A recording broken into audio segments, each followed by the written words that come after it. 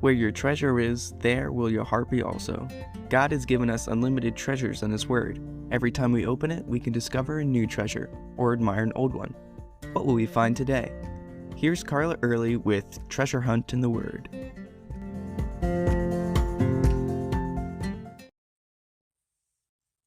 I like to count things. Numbers make sense to me. And when I'm reading along in the Bible and notice something repetitive, I like to go back and count how many times it's said, whether a particular word or phrase. As I read in Jeremiah, I realized God said, "I will," a lot. So I counted. He says, "I will," 338 times, just in the book of Jeremiah. That's a lot. Some of those "I wills" are a promise of judgment. I will bring charges against you, or I will bring disaster from the north, or I will make Jerusalem a heap of ruins and a den of jackals.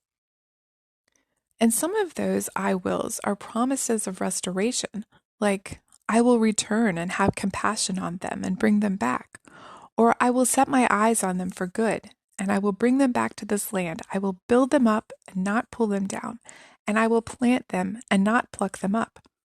Or I will give them a heart to know me, that I am the Lord, and that they shall be my people, and I will be their God, for they shall return to me with their whole heart.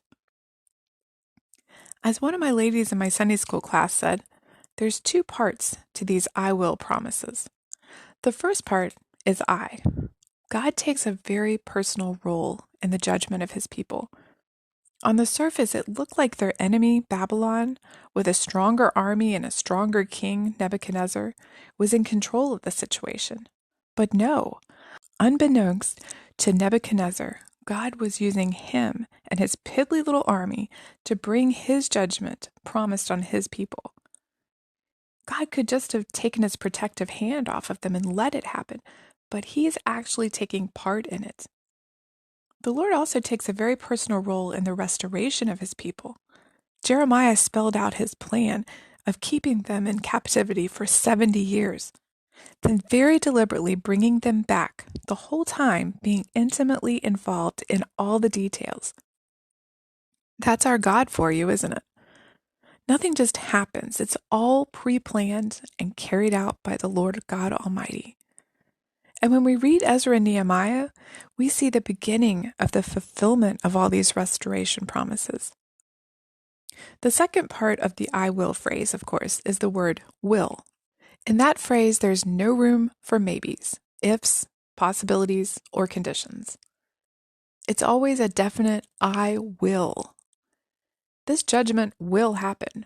The promises will be fulfilled. There's no "God said it, I believe it, and that settles it."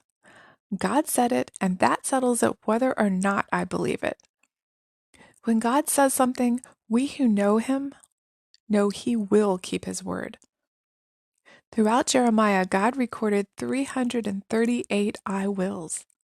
I wonder how many we could find in the whole Bible. That might take a while to find out. In the meantime, maybe you'd like to find an "I will" promise in the Bible for you. Like, "Call on me and I will answer you," or "Do not fear, for I am with you. Do not be dismayed, for I am your God. I will strengthen you and help you. I will uphold you with my righteous right hand." Or, "I will instruct you and teach you in the way you should go. I will counsel you with my loving eye on you." Look for these "I will" statements and trust them. You can contact us at treasurehuntintheword@gmail.com. We'd love to hear the treasures God has given you through His Word. You can listen to other episodes at our website, which you can find in the description below. Thanks for listening, and remember, where your treasure is, there will your heart be also.